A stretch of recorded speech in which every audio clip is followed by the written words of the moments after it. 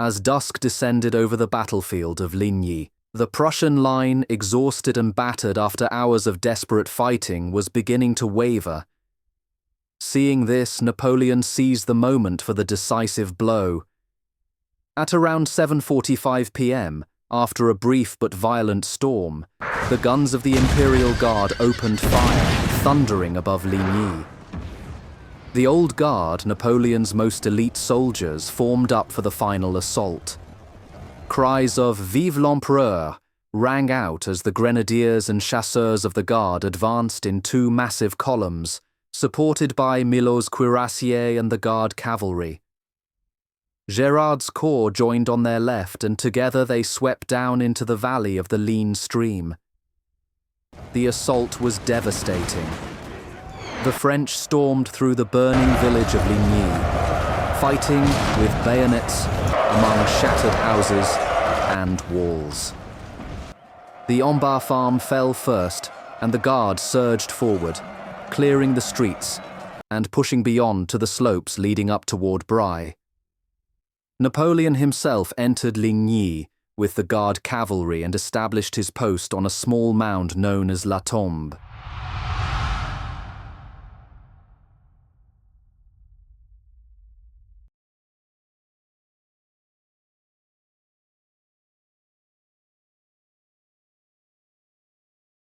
For a moment it seemed the Prussian centre might recover.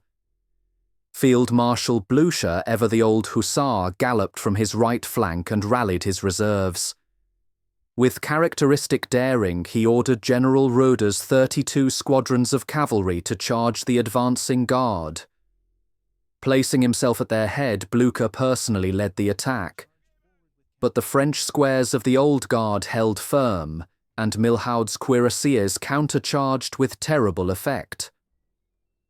In the midst of the chaos, Blücher's horse was shot beneath him, throwing the 72-year-old marshal to the ground. Trapped under his mount and surrounded by the melee, he was twice ridden over by French cavalry who failed to recognize him in the darkness. His aide, Count Nostitz, finally managed to free him, and Blücher was carried from the field, semi-conscious, as the Prussian cavalry retreated in disorder. By 8:30 p.m., the Prussian centre was shattered.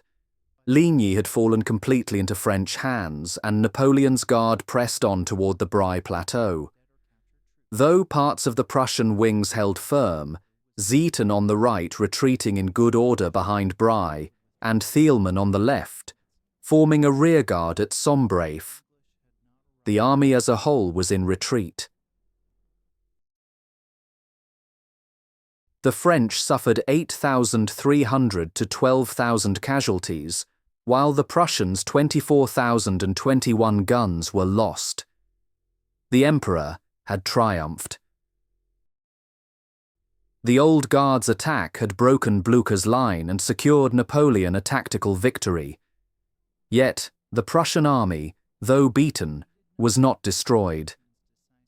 Under the steady hand of Gneisenau, it would retreat north, and within 2 days, it would return to the field at Waterloo.